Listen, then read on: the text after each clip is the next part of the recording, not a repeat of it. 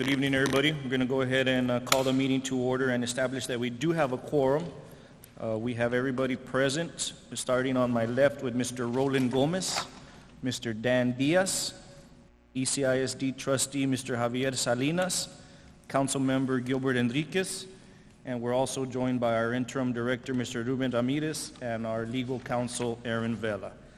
The time is 6:01 p.m., Tuesday, November 26th. Mr. Ramirez, was the meeting posted in accordance with the Texas Open Meetings Act? Mr. President, yes, it was. It was posted on Friday, November 22nd at approximately 11:45 a.m. Thank you, sir. We'll jump straight into it. Number 3, public comments. Do we have anybody signed up for public comments, Mr. Valderas? No, sir. Thank you very much. Number 4, approval of the Board of Directors minutes for the September 24th, 2019 EEDC regular meeting. I know you gentlemen weren't here, but you do not have to be here present in order to approve the minutes. So I'll go ahead and motion to approve. Second. We do have a motion and a second. All those in favor signify by raising your right hand. Those opposed, same sign. That motion carries. Number 5, Executive Director's Report. Mr. Ramirez. Yes, Mr. President, and welcome to our newest distinguished board members. On behalf of our team here at the EDC, we're happy to have you here. A quick little recap on as to what's happened on. We had a marvelous job fair on October 2nd. It was one of the largest job fairs in the Valley. We shattered our previous numbers that we did in June or July, which was the summer. Typically, the summer ones tend to be bigger because you have new graduates, both college and high school. But we were able to tweak some stuff, do great marketing outreach in conjunction with Workforce Solutions.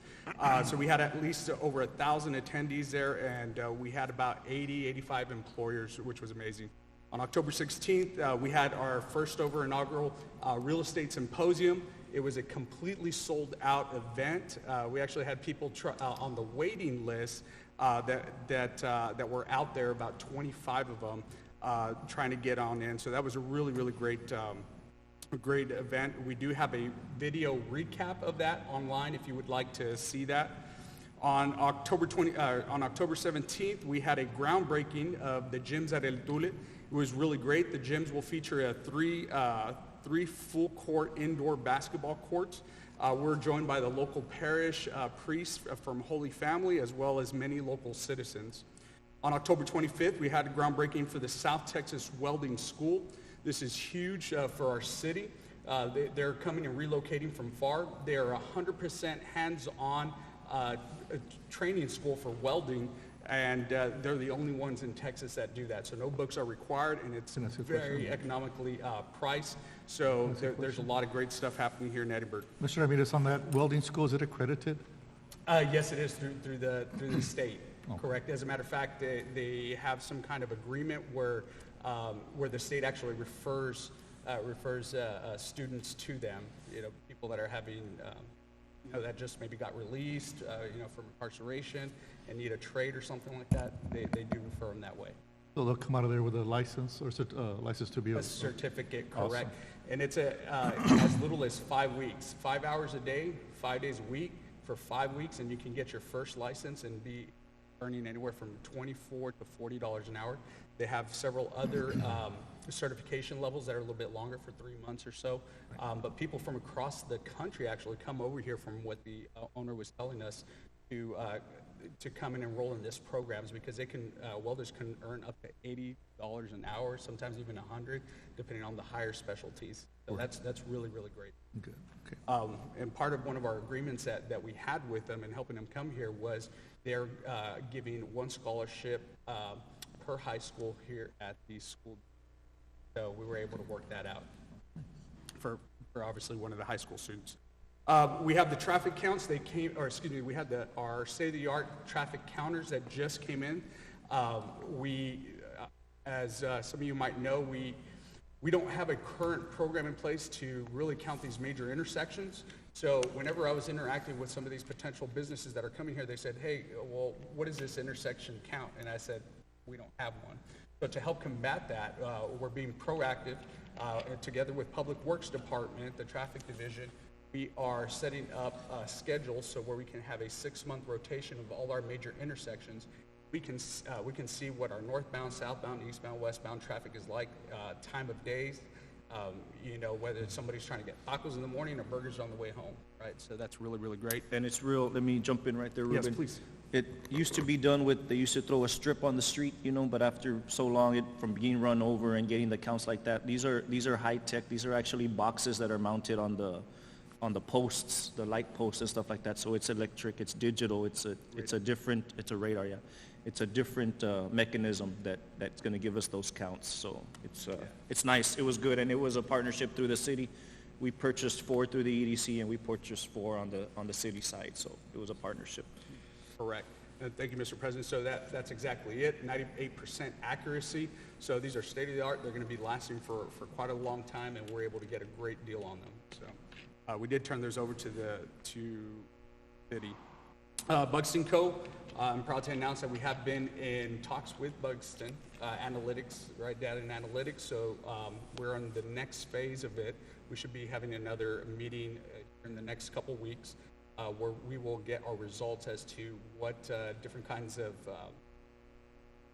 improvement practices or companies, right? Different kinds of companies, whether it be restaurant or retail, things of that nature would match perfectly with graphics and purchasing power, et cetera, et cetera. November 2nd, almost done, guys, sorry. November 2nd, we participated in the Edinburgh Firestoppers Festival. It featured a headline country music artist, Jared Neiman, a large carnival. We also had a 5K run walk with the chief and public safety awareness with interactive games. Also in November, this week actually, the EEDC participated in Edinburgh's 9th annual CARES food drive where Edinburgh CARES was able to give out over 1,066 turkeys to families in Edinburgh. That was amazing. Awesome. Sorry, did somebody else? Thank you for that. It's real nice. The Experience Edinburgh, we also had a little bit of our marketing campaigns. We have Experience Edinburgh, which was Girls Guys Day Out. This was to give ideas to the community and surrounding communities to come to Edinburgh, to be able to eat, live, play, and enjoy.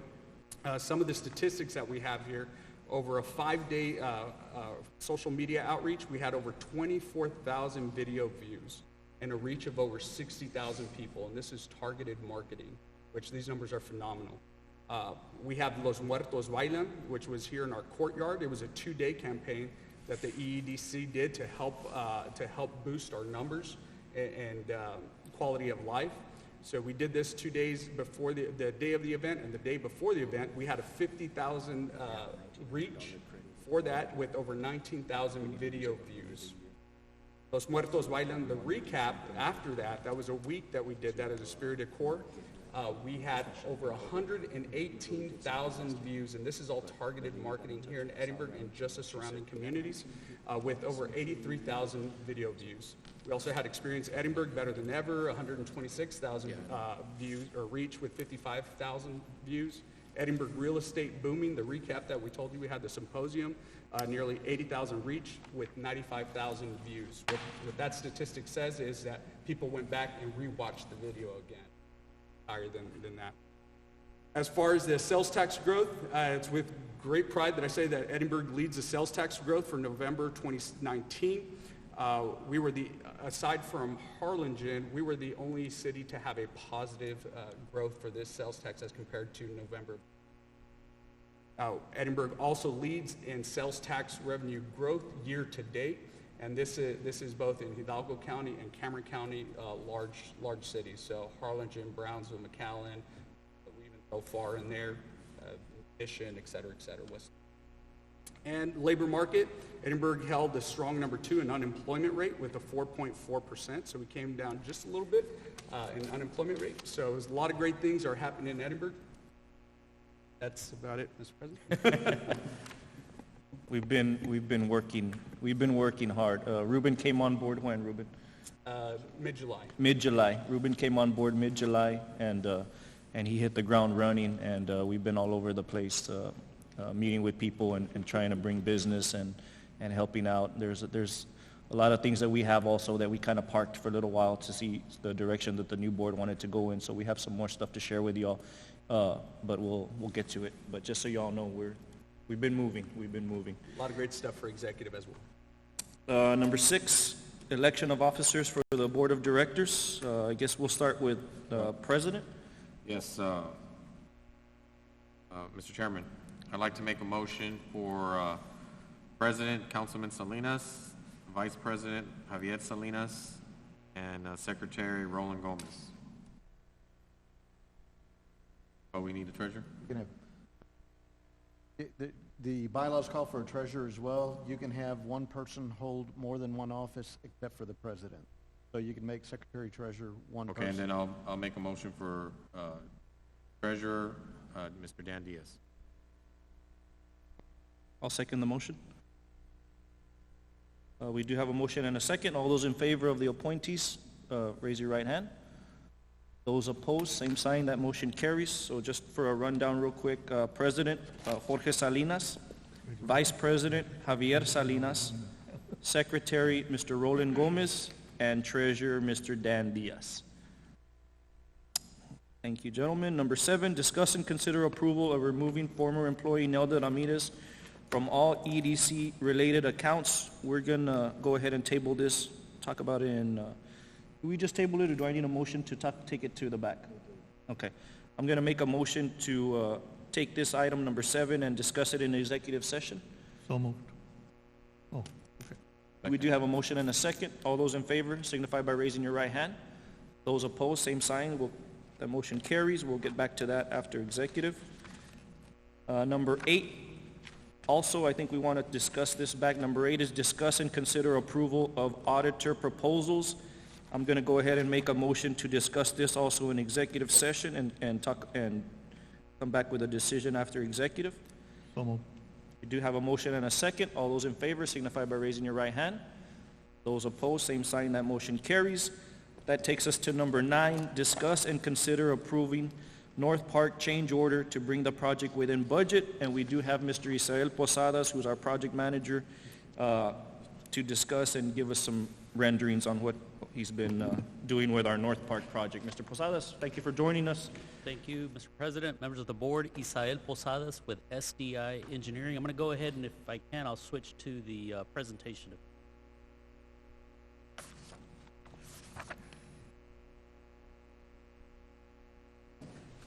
Okay, this will be a quick slide presentation, kind of giving you an update where we are and some of the proposed changes.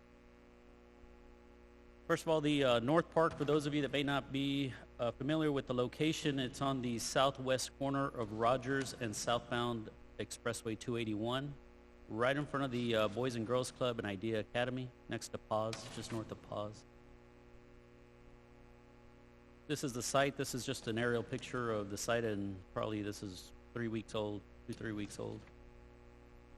The park originally included a football field, a softball field, restrooms with concessions, playscape, basketball court, of course parking areas, and fitness court. The fitness court was just basically going to be a slab so that in the future, if funding was available, they could put in some equipment for some fitness type activities. One of the things that was an issue for us, one of the things that we went round and round, and the limitations with this park, the space, because it is encumbered with a 150-foot easement here right around the football field.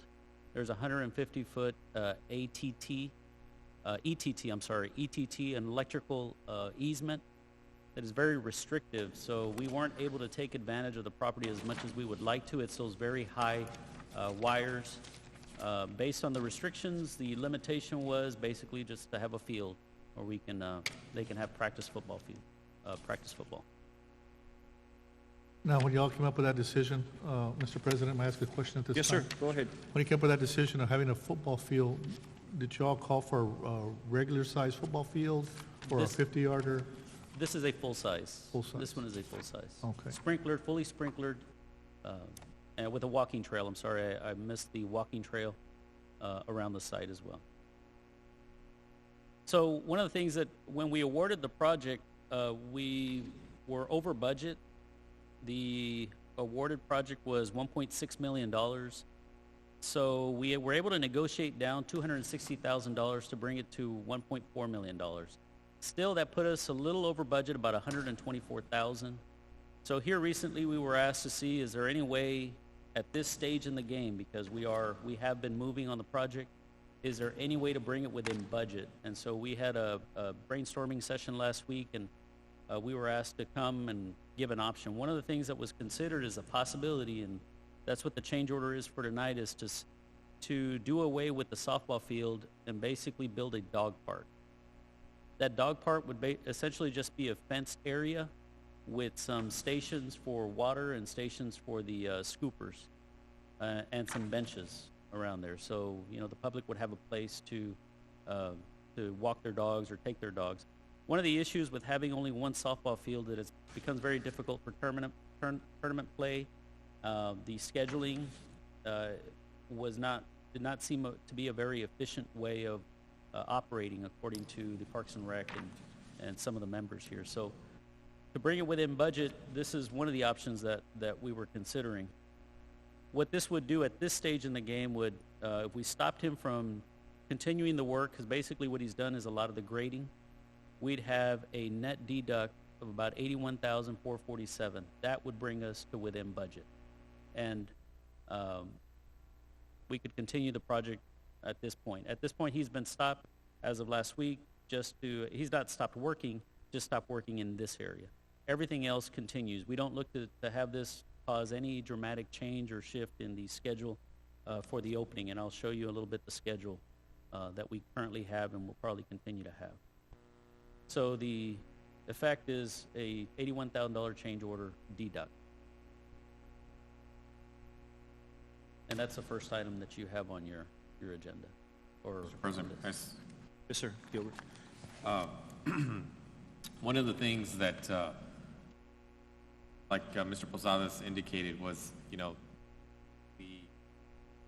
the one field at this park really wasn't conducive for parents, for players.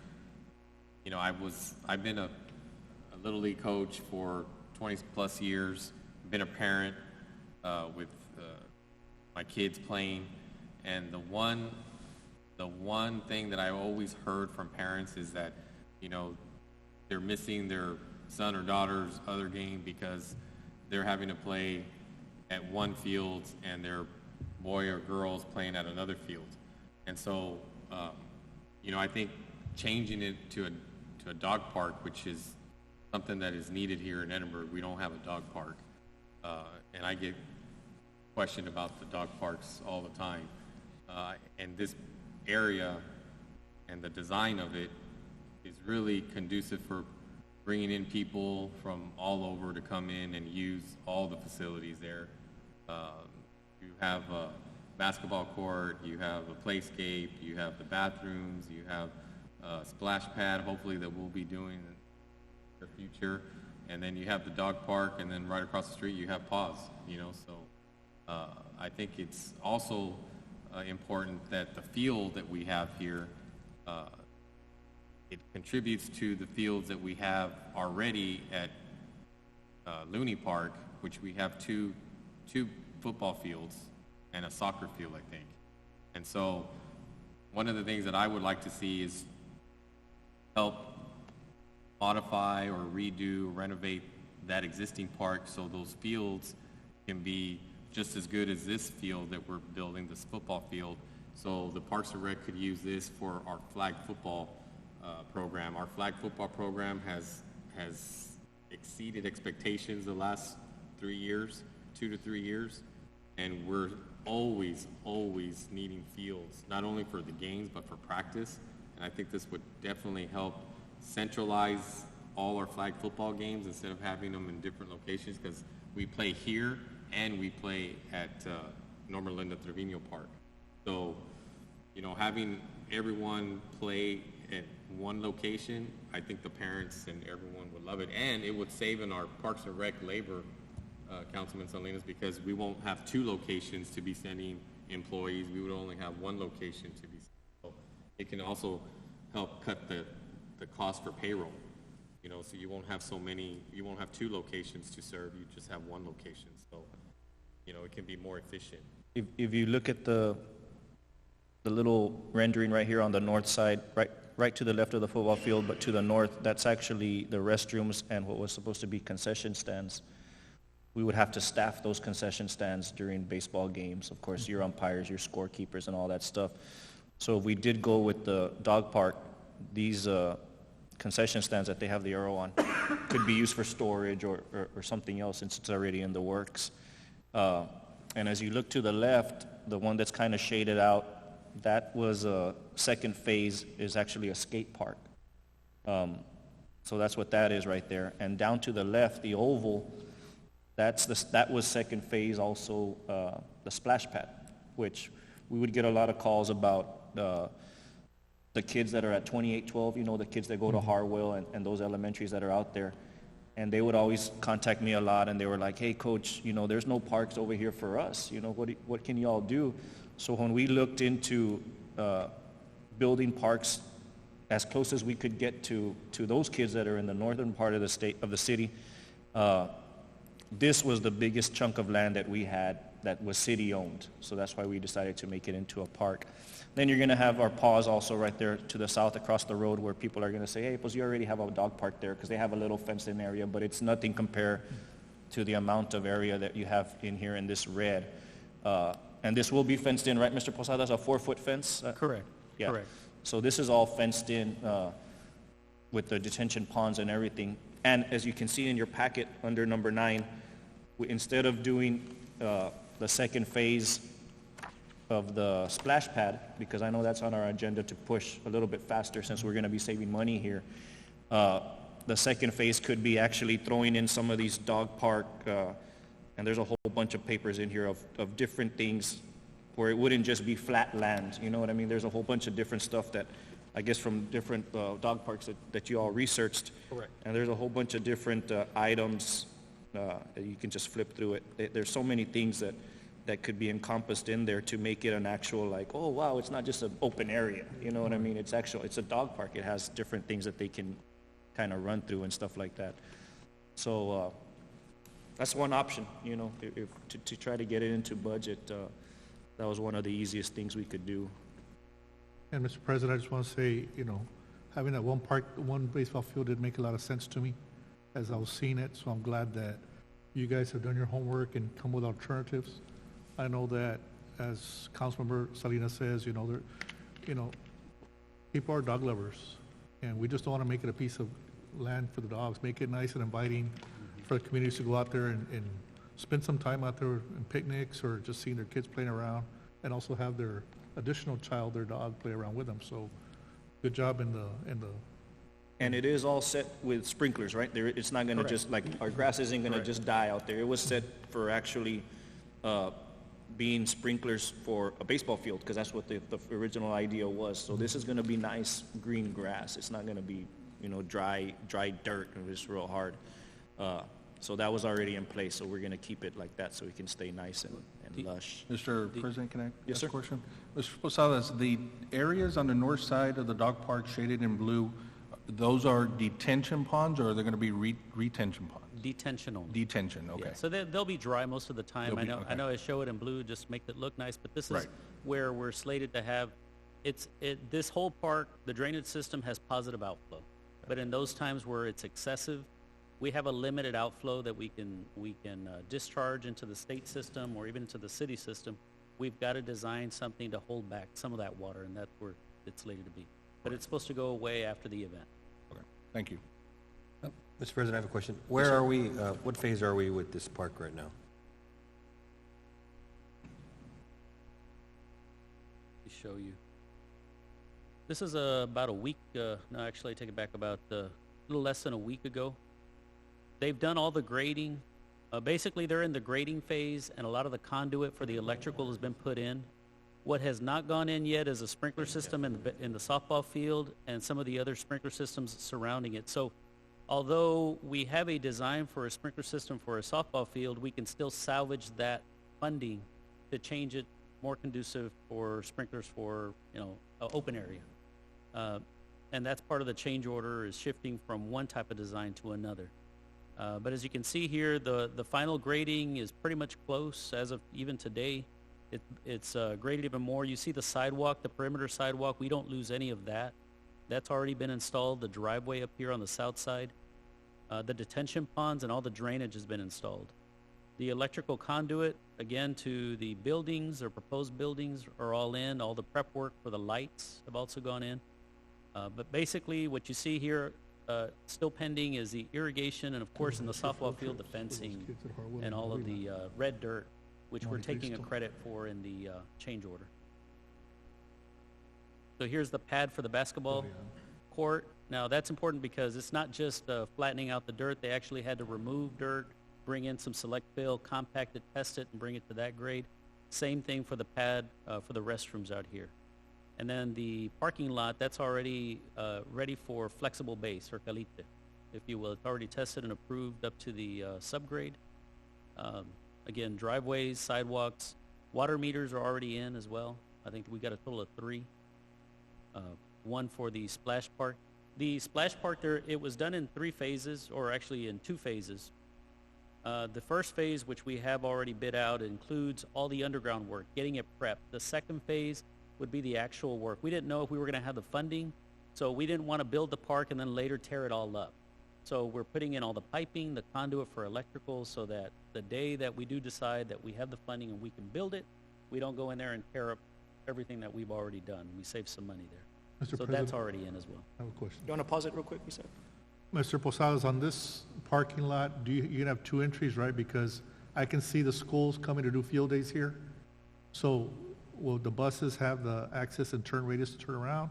Will there be 2 entrances to go in and out, to make it easier for the bus drivers? Currently, we only have 1 entrance in and out, but we do have sufficient not turnaround length. The way they do it, they'd have to back out. In this case, we've got 24 or 26 foot backup, a little wider than the normal. I think it's 26 feet, a little wider than normal for them to be able to drop off and possibly have to back out.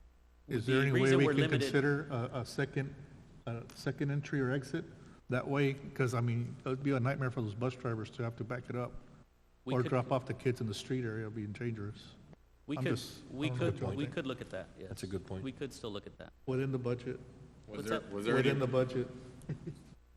It would take us out of budget a little bit, but I'm sure we can negotiate. We still have time to negotiate some of these things. what was the logic behind just having 1 entrance? Because we wanted to maximize the amount of parking spaces. It was very limited to begin with. That was one. We couldn't get an entrance in the 150 foot because of that area on the south side. So because of the distance from one parking lot, let me go back. Show you. How many spaces do we have currently? I believe it's about 100 spaces. So the original, you see this in here, this parking lot down here, there is not much we can do with this area in the east. We couldn't have a driveway entrance because of the power lines. They were very limiting on what we could even construct. They were allowed us to put in asphalt, curb and gutter, and sidewalk, but another driveway would have been too close. This driveway here is the first opportunity to come in, and there is an opening, a gap here on that median. The very next one is somewhere out here, but based on solid waste requirement that we have the dumpster out here, it would conflict with this in here. If we had the opportunity, we'd have to visit with the city to see if we can get one somewhere in here, just for maneuverability. If we're gonna plan on buses, this was not necessarily designed for buses because it wasn't thought that you would have that kind of traffic. Again, one softball field would not have been a tournament type of But field. you have 4 or 5 schools that are in that area of 2812. Yes, sir. And I think that those principals are gonna be using this for incentives and getting those kids those opportunities to go to a park where they never would have an opportunity to go there before. We can look to see one, if we can have one where it'd be right turn only to avoid the we could look at that. But one of the other things that you have is a walking trail with lights, right? Walking trail with lights, yes, sir. All these dots right here in red are all the light. We couldn't put very many, again, in this 150 foot, so you see we skip We skipped a space there, a gap, but all in here. We also, if you've been to Vacker Park, we have benches and trash cans along that trail, so somebody can sit. Somebody can sit on all these, some of these islands. We've got a total of 4, I believe, on this layout. 3 or 4. 1, 2, 3 down here. And each of them get a bench, and each of them get a trash receptacle. And this is a 9-foot wide walking trail. It's actually 8 decomposed granite and 6 inches on both sides with concrete. That was important to us because that keeps it neat. It keeps the grass off of the trail. Nice separation between the two. It's been one of our bigger items at the Vacker Park. It's the same design that we used. I have a question on those lights. I live close to Norma Linda Trevino. They just put up some of these lights at night.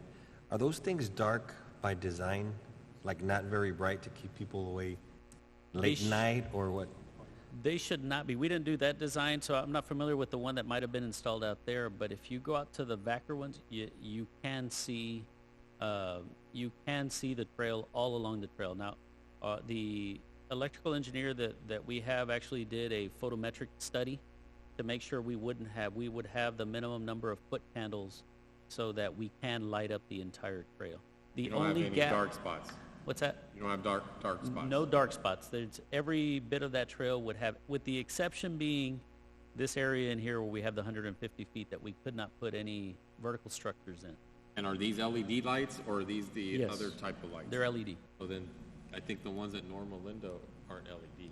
Yeah, they're pretty, They're just, just a- like the bicentennial, those, Yeah, those are the everyone, old- those they are don't the like old. to run too late because there's a light there, but it still feels unsafe. Those are the old lights. Yeah, all those are halogens.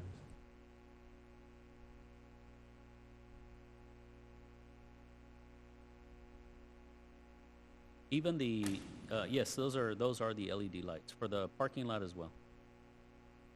Just some background for you gentlemen. This light pole that's north of the football field, that ended up being a big hurdle for us. The original plan was 2 baseball fields, but we got denied, right, Isael? We got denied right away, and what ended up being was we couldn't put anything under those lines that run north and south. And that's what made us change this to a football field.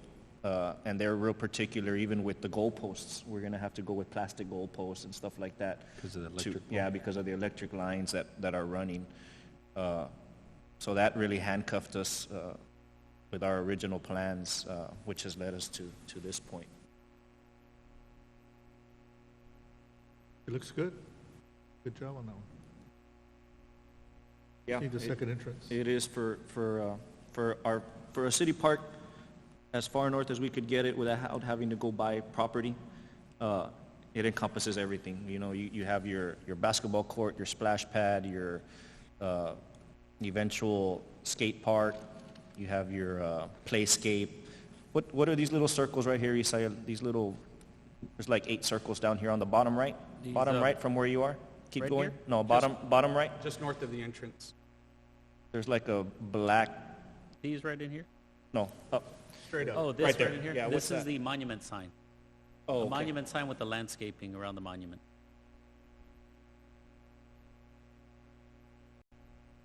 Will this park have any barbecue areas? Yes, I'm Yes. sorry, yes. These right here, these are concrete pads with canopy, with canopies on them, and the barbecue station. Is this area prone to flooding? Anybody know? Does it what? Is this area, Prone to flooding? yeah, No, I don't think it's this particular area has never flooded out. They do have a drainage system that drains into the center court down here off of Looney Drive. That picks up all the water that ends up in the street, and we're connecting to that system and also to the TxDOT system out here on the highway. So we don't anticipate having much of a flooding issue. the reason I asked that question is my time on the Parks and Rec Board, I had asked them to look into all future parks to be the type like in, that are used to be Detention. retention in case of flooding areas. The, I know I'm in the ninth inning of this, Yeah. this thing, because it's already been done, but I know that there's a lot of flooding areas that are a problem, and so we never got to look into that maybe future parks can be used as retention for severe flooding. I just wondered if anybody ever brought that up about this project.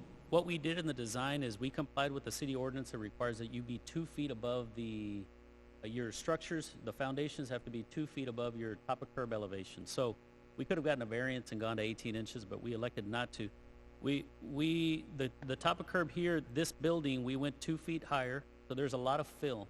So you'll notice the parking lot, it all starts to gradually go up. So that has very little risk of flooding.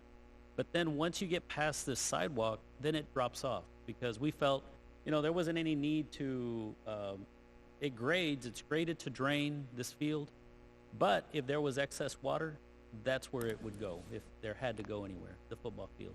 But it's still graded to drain. So all these areas where people would be in and all of our structures, we wanted to protect those, having them at a higher elevation. So there's about 1.5 feet of fill in all these areas. There was a lot of fill. They used a lot of the existing soils in here and just regraded, but all of our structures are protected. Yeah, well, let me re-inject. What I meant is that our parks could help save the surrounding areas that flood as doubling as a flood reservoir in case we had a catastrophic event, because we build them from scratch, and we see them like in McAllen, where it rains a lot, it really saves some of the surrounding neighborhoods. I'd just like to be able to consider that sometime. I think we have drainage projects that were started with the bond issue that was passed.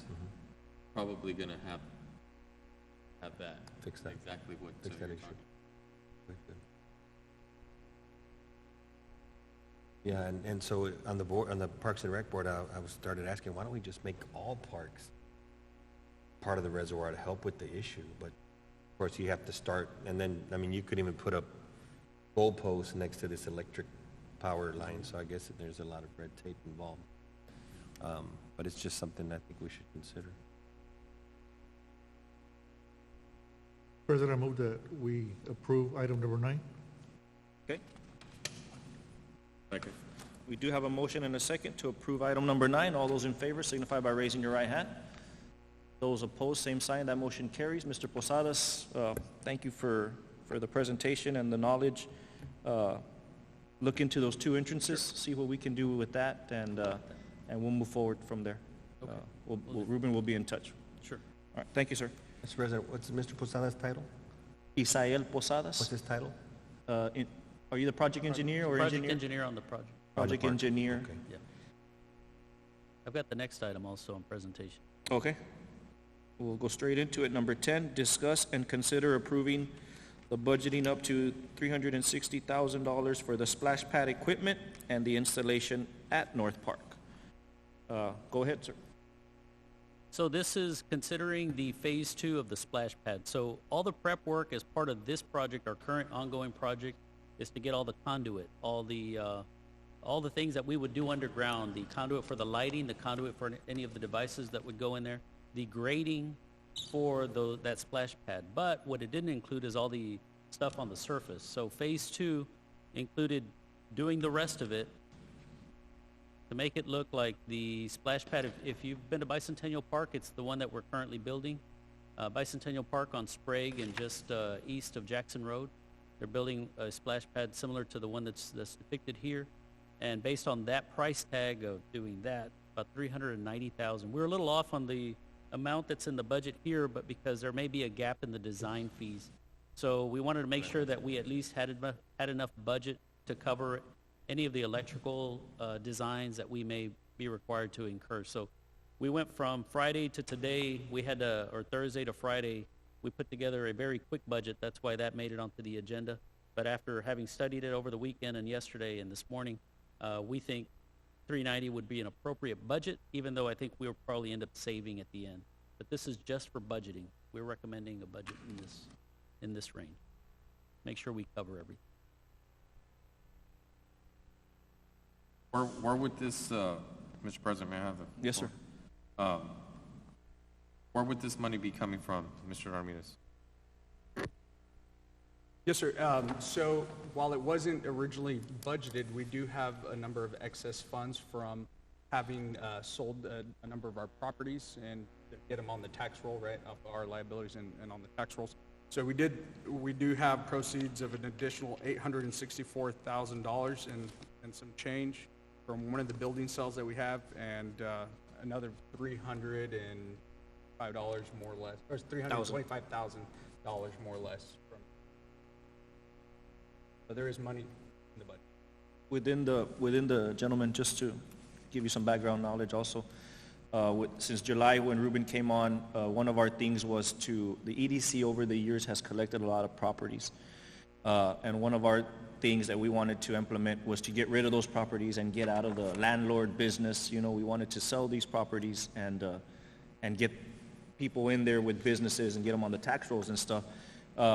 So in his time that he's been here and pushing that, we were able to sell 2 properties. One of them was the old EDC building, which is right by the corner, right here on the courthouse, which would be northwest corner, which is all that where, what's in there? What was in there? Yeah. The Terry Canales offices and stuff like that. Who was the buyer on that? Who bought that one? Mike, what was his name? Abudi, that's right, Mr. Abudi. Joseph Abudi purchased that property some months ago. That was the big one. That was the $880,000 that we have for that one. Mr. President, that was $864,000. And just to clarify, the other check was $240,000 for the proceeds. Okay. And that other one was in our industrial park, correct? Over there on Freddie, where we have that industrial park, we were able to sell a property over there. That was a smaller amount. So those monies are where we're able to pull for this. But just so you all know that those properties have been sold recently. On that funding, has the Parks and Rec Board monies been, Capped Yeah. for that? No. does the EDC normally build parks? I mean, I think it's awesome, it's positive. But the EDC is in the business of building parks? What? Yeah. Now it is. Because I'm not trying to be facetious, it's just that it's because, back, I don't know, maybe 10 years ago, they changed it from type A to type B, so you can do both. You can do okay. economic development and build entertainment. Quality of Quality life. of life. Quality of life projects. So that's how they were able to do the arena and the soccer field. And so in order for that to have happened, they would have to change, they would have to change the style of I guess, Yeah, the what it can organization, expenditures, right. yeah. Yeah, and just to correct myself earlier, when I said this was the north is city-owned property, it was actually EDC-owned property. So it wasn't through the city council, and it doesn't have anything to do with that, which is where we would usually tap the Parks and Rec and the grants and stuff that they could get. This was EDC-owned property, that's why the EDC is using it for this. This property, because of that light pole that runs through the eastern part of it, was very difficult to sell because, I mean, you lose, what is it, 150 feet? 150 feet, almost half the, a An little easement. over a third of the property. Right, you lose that where you can't put a building, you can't do it. If you see the pause center, because the lines run all the way through the pause, you can see that the pause center is way kind of sunken into the property. So that's when we said, hey, plus we got to do something with it, and that's when we decided to do a park because we were hitting so many roadblocks in trying to sell that property because of those lines and stuff. It was just a huge obstacle. I have a question, Mr. President. Mr. Ramirez, Mr. Vela, I know that here, design construction management fee of 6.99. How aggressively are you guys negotiating those fees as low as possible? Because I know that there's a variance. Most of the engineers and architects are shooting for 7. But you know what? This is the biggest game in town next to the school district. So you guys have all the leverage and say, you want to do this project, we'll do it for 6. We'll do it for 5.5. If they say no, there's plenty of other guys that want to get into the game. So I just encourage you guys, Mr. Vela and Mr. Ramirez, to be aggressive with those numbers because you'll see that they're going to want to work with you, and that will give us that additional money that we need to get these kind of projects better in balance. Well, just to elaborate on that, I think Mr. Posadas, when he said that he was gonna come down that he thinks it's gonna be less than 390. I think it's because of his fee. His fee's gonna come down. You might be right. And that I'm not being facetious.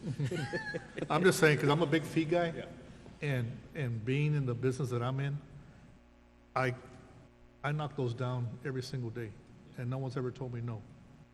You know, good work, they're gonna do it, and a little bit of money stays back into getting our projects done on time with better equipment or just a better overall look, so. just- I agree with you, and if anybody knows me, I'm extremely aggressive, especially when it comes to Okay. So I encourage you, I mean, you won't get a backlash from me, I don't think any of the guys up here, just work on that.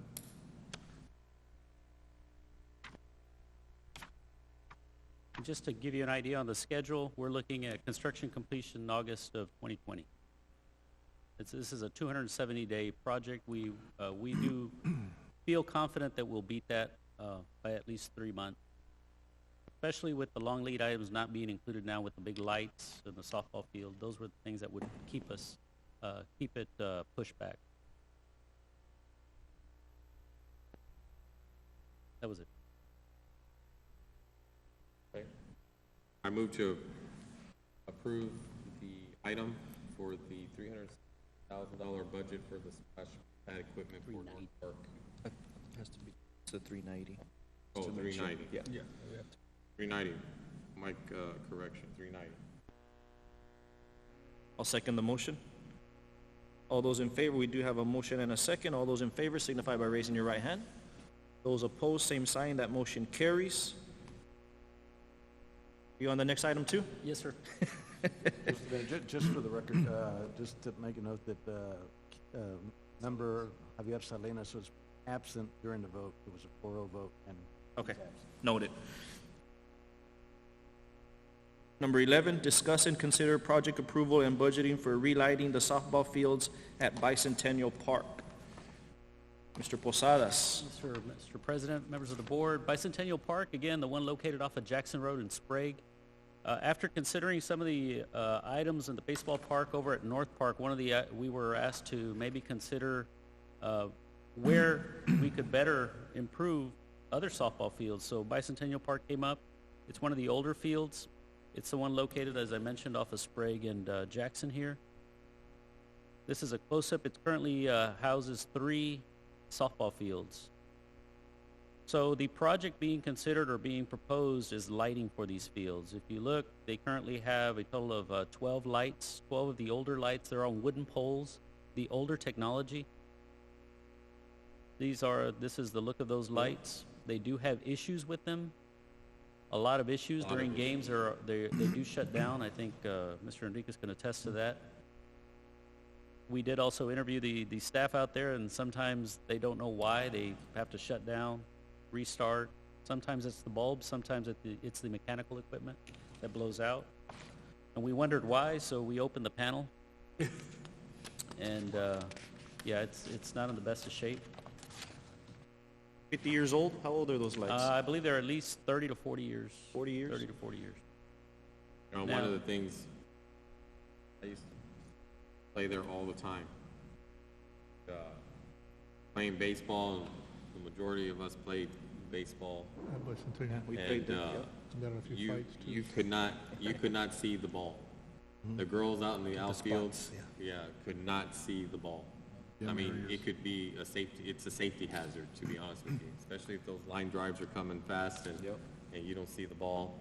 So I think this is not only something that we should do for our community, but do for the safety of our players. and those are all young kids. It's not like they're high school. It's the surprising smaller to hear fields that, are- because are I the- pass by there all the time, Yeah. and it's always packed. Yeah, it is, and they're utilized, those are some of the main ones for the girls softball. And they're not high school kids playing out there, so those reaction times aren't as quick. So if we go in there and we replace them with the LED type, which is the budget that we're proposing here, it would be all 3 fields. We're looking at a total cost of approximately $433,000. This would be buy board, which means that we have a better negotiating opportunity. 1, that we're the EDC, and 2, that we can directly purchase from buy board. We don't have to have a third party to do it. The only things that we have to have a third party or a contractor is to extend conduit, the minor stuff, and it's in the budget as well for all that extension. Now, if we touch the lights, we've got to fix the electrical. You can't just connect to this and just replace bulbs or poles. These would be new poles, steel poles, but we'd have to address touching this. Once you touch anything, you've got to bring it up to code. So we did visit with our electrical engineer and also with the contractor that's working on the other park to give us an idea on budget, and this is what we could come up with. It would be a tremendous improvement. This is the same park that currently is getting the splash pad, and so, I mean, it will be nice to have it lit. These lights will cover, has again, the foot candles required for playing, and the foot candles required for, and the fact that they're in close proximity, that extra light overlaps as well. So it will be a very well-lit area and field. We're recommending the budget be around the 433,000. Mr. President, may I have a Yes, sir. question? Are you going to be proposing the new poles in the outfield as well, or just within the same area No. that currently exists? These are the existing locations. The way it's currently designed, based on the size of the fields, this pole right here would have to be moved out here somewhere. Okay. Now, what happens is those are directional, so they put them up there, and then they can change the direction on them to make sure they get the foot candles. But the placement of these, Mr. Enriquez is correct. You know, the fact that they're even in, this close and this far away from the outfield is also a design problem for those type of lights. But this pole will have to be moved out here, or actually the location will be out here, we anticipate. Is that the only one that'll be moved? Well, we're not going to reuse the wooden poles. We're going all complete new poles, new foundations, new wiring, new panels. Yeah, but I'm saying, if we get 12 new light poles, steel and everything. Correct. Are they gonna be in those yellow spots minus that one? We would have to do the foot candle check to make sure that the best location, the most efficient location. So I can't tell you So exactly where location it's isn't gonna set be. yet? Not set, but we anticipate that it's going to be out here, right? Okay. Can you see the arrow right in here? Yeah, just as long as all the area is covered with Correct. light. We'd have to do the study. What they do is they'll set the lights, and based on the type of lights, they'll do a simulation to make sure they get the foot candles required or the brightness at all points in the field. Are you using a new style light? Sorry, Mr. President, I have a question. Go ahead, sir. Are you using a new style of lights that are real slender, that will make night and day look exactly? I'm not sure the Or you look gonna- of it. I just know that they are the LED type. The way the bulb looks, I'm not exactly sure. I haven't seen the submittal. There's a new light candle that looks just like this. There are like 4 of these, and it lights up everything. Yes, I mean, you go to see them, and it looks like you're in daylight, even though it's midnight. Is there anywhere close by that has those? I think that La you know? Jolla Stadium just put those on at their Okay. stadium, because I was thinking of putting them on with me, but those are amazing lights. I will say, in order to meet the budget at the time, and even this budget here, we're not going with the top level. We're going with the secondary. There's about 3 or 4 levels. We're not at the top level, but on the next level down. Second tier? With that, in order to meet the budget, because it would be another $30,000 a set, $30,000 to $40,000 a set to go with the much brighter competitive college type or high school competitive type. This still you can play on, it's still play grade, but it's not the higher selected light. The main priority, I think, is like Mr. Gomez said, is to make sure that the whole field is lit. And It will and make a able to- tremendous difference over what they have right now. So the location of the poles are critical, that we need to make sure we get them right. That's why the study would be done, where they simulate the best location based on the height, type of bulb, and they'll check it at various locations to get the foot candles on this particular field. We also don't want the light right in the batter's eyes. Correct. Correct. Or the umpires. They call it bad. But when you go back to that picture, I always say they're not in the outfield because, you know, the batter's looking at the pitcher, and then the center field lights or the outfield lights are kind of glaring behind the pitcher, and then you have no chance. Guess the study will solve all of that. If you want to see, this is what that looks like.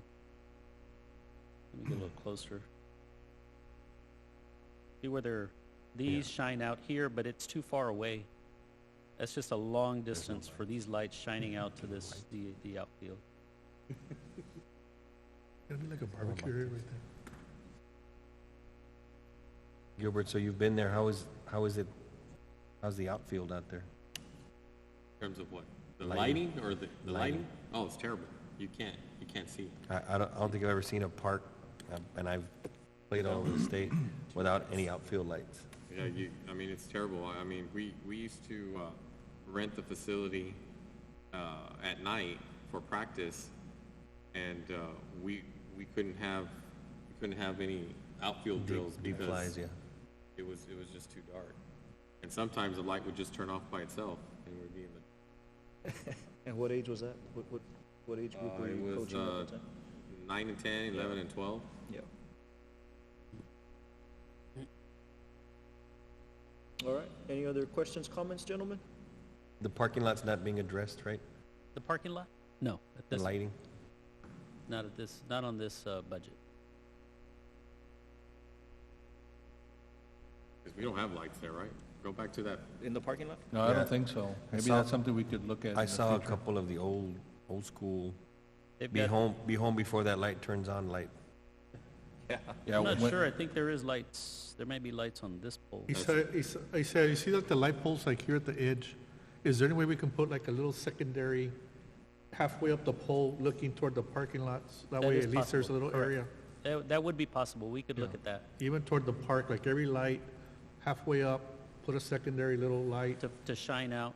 opposite way. That way there's at least, Shine out in this area. yeah, Yeah, so that way those the dark people can spots. see, yes. Now- It's pretty dark all in this area. Yeah. You go out there during a game, all this area is dark. It's only lit by those, I guess it's the AP lights that they put out, Right. security lights. Yeah, those are actually they're not very efficient. The lights, some of the area lights in here, some of them still, even now, don't work. But we did include that in this budget, area-wide lighting. But we can try to take advantage, like you said, on the same poles, pull them out, add some. I think by adding additional lighting, people will feel more. Yeah, because it has a real nice walking trail. That's my park across the street from me. We don't go at night. So the bid doesn't show the number of poles? I see quantities, but, It's everyone is per set. oh, it's a set of It's a lights. set, so that's why you see there's one set and then two more. The one has to do with the price that we received on the first set, and then the other one is the other two Because sets. they're So it's total three. different lights, different graded lights? No, or- it's the same light, How many come per set? 4. 4%? There are about 130,000. We called earlier, again, this was since Friday, and we had Monday. The buy board price came down $5,000. Black Friday stuff? Yeah, I guess. Take it. Mr. President, I make the motion to accept item number 11. Okay. Second. We do have a motion to accept and a second. All those in favor signify by raising your right hand. All right. Those opposed, same sign. That motion carries. Mr. Posadas? Thank you very much. Thank you very much, sir. Appreciate your time in coming over and explaining to us. Takes us to number 12. EDC Board will convene an executive session. Can I entertain a motion to go into executive? So moved. Second. Do have a motion and a second to go into executive. For the record, it's 6:59 PM. All those in favor signify by raising your right hand. Those opposed, same sign. That motion carries. We will go back into executive session. This time, the EDC Board will convene an executive session in accordance with the Texas Open Meetings Act to deliberate in the following sections: Section 551.071, consultation with attorney; 551.072, deliberations regarding real property; 551.087, deliberations regarding economic development negotiation. We are executive.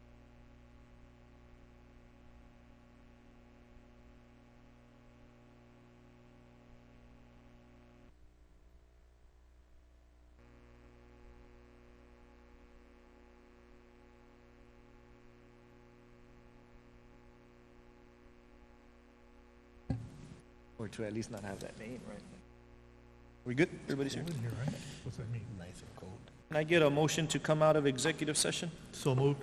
Second. All those in favor of coming out of executive, raise your right hand, please. Those opposed, same sign. That motion carries. For the record, it's 9:23 p.m. We're going to go ahead and come back to the agenda items that we pulled. Number 7, which was discuss and consider approval of removing former employee Nelder Ramirez from all, excuse me, all EDC-related accounts. We're going to take no action on that item. Number 8 was also pulled. Discuss and consider approval of auditor proposals. I'm going to go ahead and make a motion to open it up for RFQs. Second. We do have a motion and a second. All those in favor signify by raising your right hand. Those opposed, same signs. Mr. Ramirez, go ahead and get that going. Mr. Vela, I'll turn it over for your executive items. On the executive session items, no action was taken in executive session. We need a motion to give Mr. Ramirez direction to negotiate terms as were discussed in executive session on item C. So moved. Second. We do have a motion and a second for item C. All those in favor signify by raising your right hand. Those opposed, same sign. That motion carries. And on item G, Project Unify, we also need a motion for the executive director to negotiate purchase up to the amount as discussed in executive session. So, Second. I'll second. that. You have a motion and a second to approve. All those in favor signify by raising your right hand. Those opposed, same sign. That motion carries. Any other items, Mr. Vela? That's all we have. Okay. Can I entertain a motion to adjourn? Second. All those in favor signify by raising your right hand. Those opposed, same sign. Meeting adjourned. The time is 9:25 p.m. Thank you, gentlemen.